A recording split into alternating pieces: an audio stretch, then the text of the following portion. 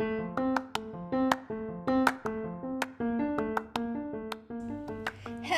and welcome to the second episode of my still new podcast, Advertising Not a Funny Business. Everybody hates advertising. There is an ad on TV, you switch the channel. There is an ad in a magazine, you flip the page. Ads are everywhere, and everybody is always running away from them. मतलब तुम यमराज से छुप सकते हो लेकिन advertising से नहीं. Because advertising has a sneaky way of hounding you. And now it is especially true with digital ads. You look at some product on some website, and then the brand will keep retargeting you with reminders, begging for your attention and a second chance. Until you block the ad forever. Then, what is the point of advertising? Most of the times, people don't even remember the name of the brand until it is hammered 1,000 times over with a song like Britannia, Britannia, Britannia Marigold, Britannia Marigold. And still, when you go to the shop to buy Marie biscuit, you may pick up a Parle Marie without batting an eyelid.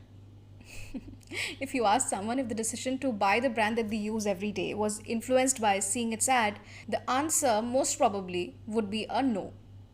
It just feels naive and stupid to get influenced by an ad or believe what advertising tells you. But if you ask someone if they love the brand that they use every day, their answer would most probably be a yes. So people do have a connection with the brand they use, but not with its advertising. Fair enough. You're using the brand every day. It fits into your life, gives you benefits you're looking for. You will feel a stronger bond with it. Advertising, on the other hand, is an interruption that adds no value to your life. There may be exceptions like Nike's Just Do It campaigns that work as motivational speeches to get you going, even if you're not wearing Nike shoes. But honestly, who cares about advertising? One of the greatest conmen in American history, George Parker, infamous for selling properties he did not own, such as Madison Square Garden and the Statue of Liberty, he once said that the only people who care about advertising are the people in advertising. Truer words have not been spoken.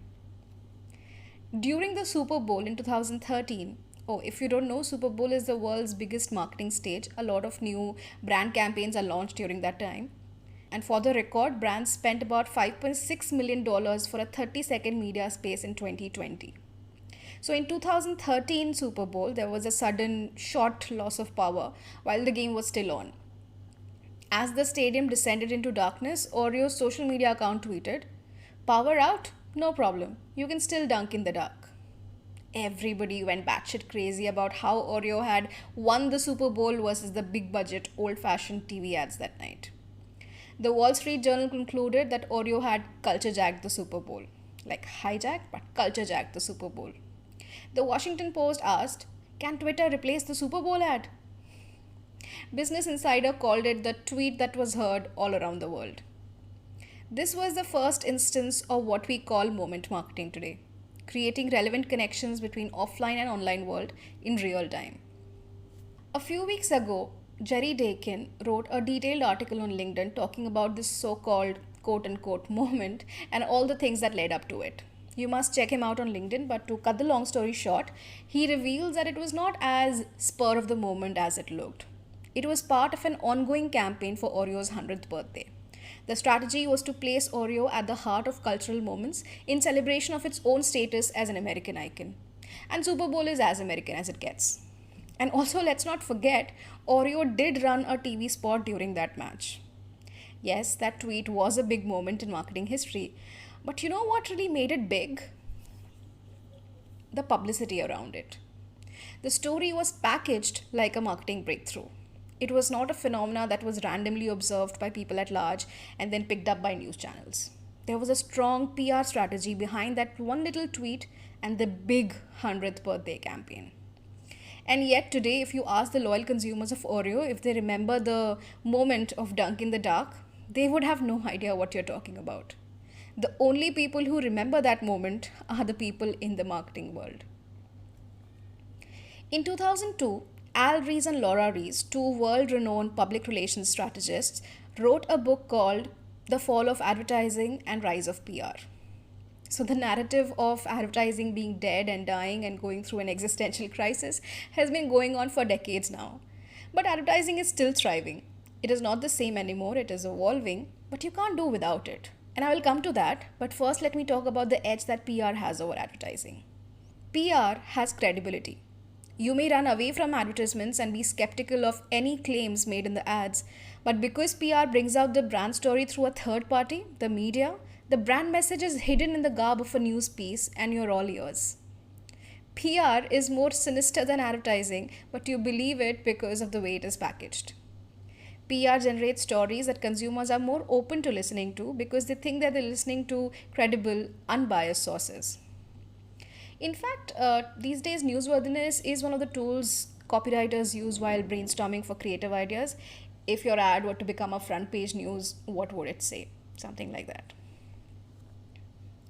Today, we also have another form of advertising called influencer marketing, where brands get in touch with content creators on digital platforms and pay them to review their product or participate in some way in the brand campaign.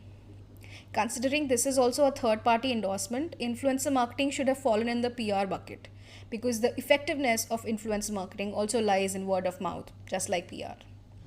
But it comes under paid sponsorships and advertising bucket because the influencers like to be quite open about the whole I'm being paid to do this bit. It makes them feel like they're being authentic and showing the real picture to their audience. See, again, advertising always creates this frame of take it with a pinch of salt. The problem with associating with content creators or product placement in a web series is that these content creators don't care about or don't understand what the brand is all about. All that matters to them is if the content is entertaining and matches their own brand of comedy or entertainment. In some podcast I was listening to recently, a content creator said that when he associates with a brand, he uses the filter of entertainment by taking away the brand. If it is entertaining and makes sense even without the brand, only then he goes ahead with the content. Now, if I look at it from the conventional brand lens, that approach is really counterproductive. It is similar to how celebrity brand ambassadors tend to overshadow the brand, and the ad ends up being a promotional tool for the celebrity and not the other way around. So, while on one hand, celebrities and these content creators provide brand scale and reach and also relevance, it also makes advertising unbelievable and the brand very incidental in the scheme of storytelling. Now, don't tell me you believe that Shah Rukh Khan drives around a Santro or Ranveer Singh actually wears a Rupa frontline underwear. And that face wash you see in the web series could have been any face wash. So, what I'm trying to say is that PR, publicity, influencer marketing is all great to build your brand and get people talking about it. But you still need advertising to give birth to the brand. In Fall of Advertising and Rise of PR, Al Ries and Laura Ries make an argument that advertising does not create brands, publicity does. Advertising can only maintain brands that have been created by publicity. To that, I don't agree. You can develop more credibility for the brand through PR, but creating brand's identity, its positioning, what it stands for, giving it a unique voice, is what breathes life into the brand. And advertising does that labor of love. So, all the people who are saying that content creators are going to take away advertising, I don't think so because brand creation is not something that content creators can do, right? You are not going to get Shah Rukh Khan to create the brand for you just because he's acting in it. The fact that advertising has no credibility or believability could also be related to the so called creative liberty or creative freedom that creative people thrive on. It seems like advertising is never meant to be believable or credible anyway. There always seems to be the lens of, ad hai yaar, don't take it so seriously. Don't take it so literally.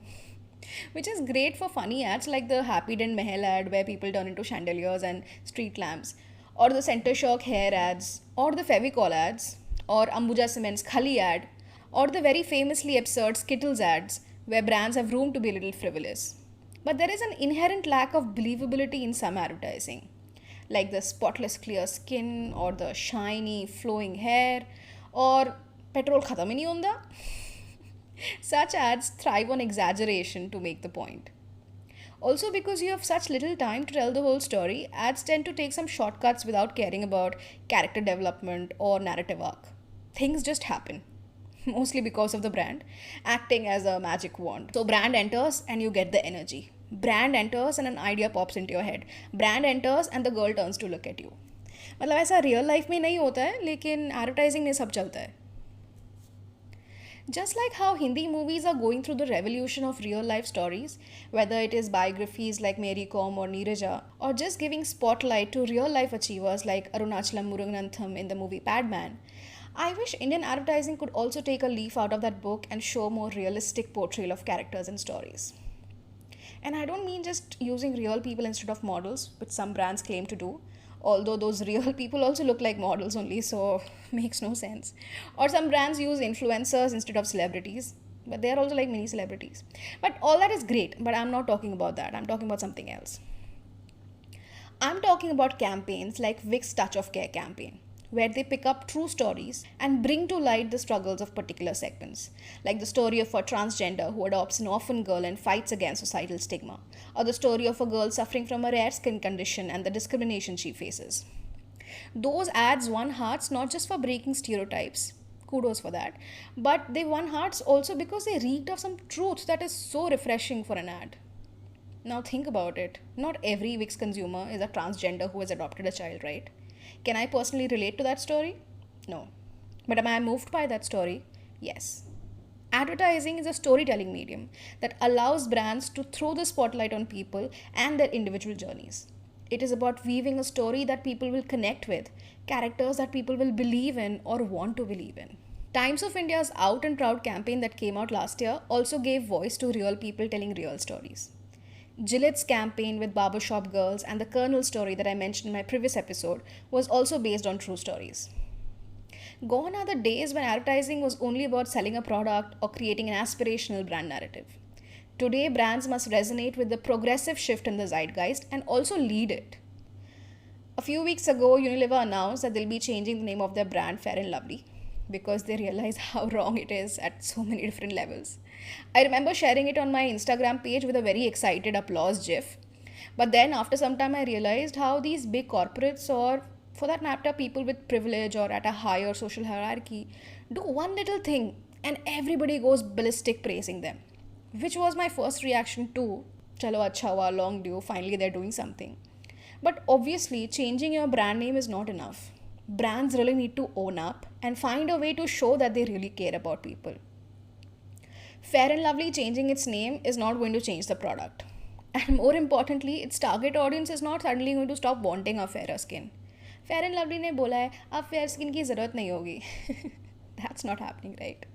So what can Fair and Lovely actually do to stop people from feeling the need to be fair? Can Fair and Lovely do that? Do they want to do that? That's the real question. I thought now when Fair and Lovely comes back with a new name, there'll be a lofty brand purpose attached to it. And then they renamed it Glow and Lovely, which is even more ridiculous. Brand purpose is one of the most popular constructs used by marketers to justify the significance of their actions, something that will get them brownie points for being socially conscious, even if it is a lip service in most cases. When it comes to Glow and Lovely, it is not even that. Calling it Glow is literally a clever marketing move, and congratulations for that, but it has nothing to do with their social consciousness at all. Byron Sharp, one of the greatest marketing gurus of today, says that brand purpose is almost like an apology, as we feel marketing is so disrespectful and evil that we have to do this other stuff.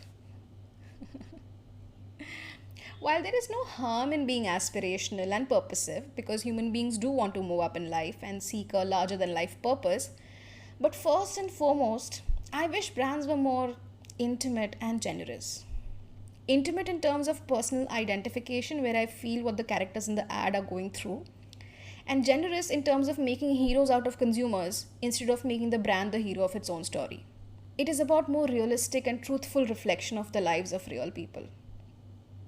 It must also start with getting comfortable with real lives in general. So many brands scoff at TikTok in India because it is raw and truthful, which is difficult for a brand to accept or associate with. But can we take baby steps?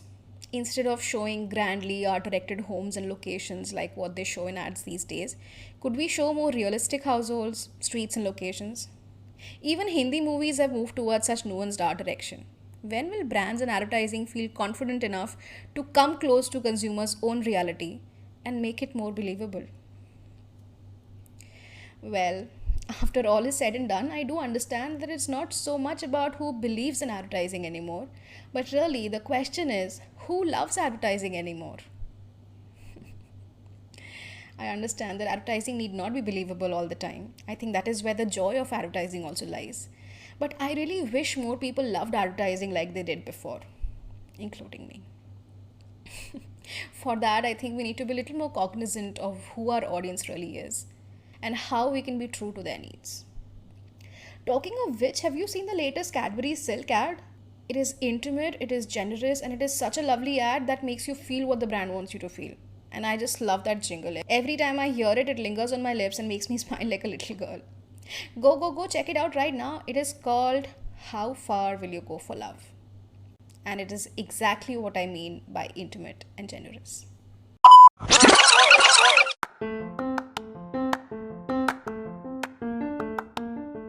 Oh, wait, there is more.